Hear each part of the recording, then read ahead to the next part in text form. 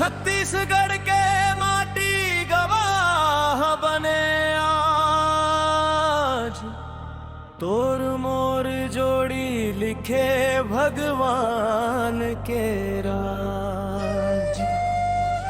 सरगुजाले बस्तर तक गूंजे ये गान, तै मोर धड़कन तै मोर पहचान।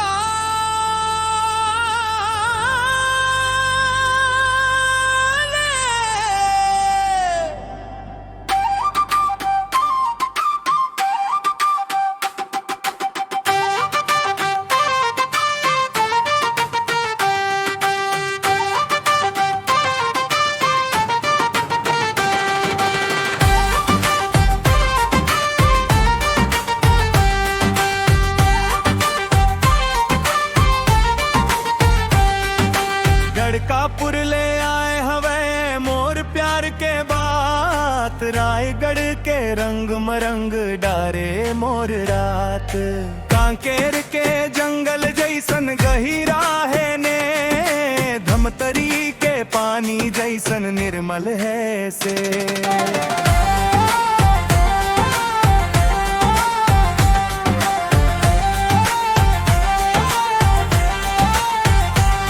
जगदलपुर के घाटी माँ तोर नाम गूंजे, महासमुंद के रत्ता माँ मोर मन तोला खोजे।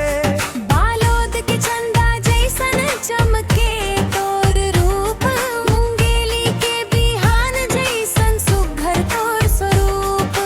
गरियाबंद के मामा तोर संग खो जाव, कवर्धा के पवन संग तोर गीत गुनगुनाव। छत्तीसगढ़ के माटी गवाह बने आज, तोर मोर जोड़ी लिखे भगवान के राज। सरगुजाले बस्तर तक गूंजे ये गान, तै मोर धड़कन तै मोर पहचान।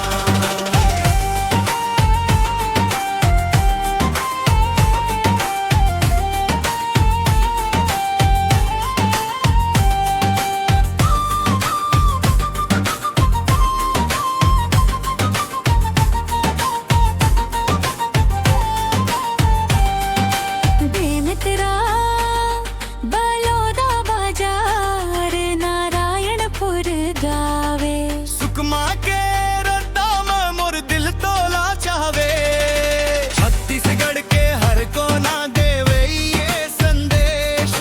सच्चा माया रहते सबसे सुंदर परिवेश, छत्तीसगढ़ के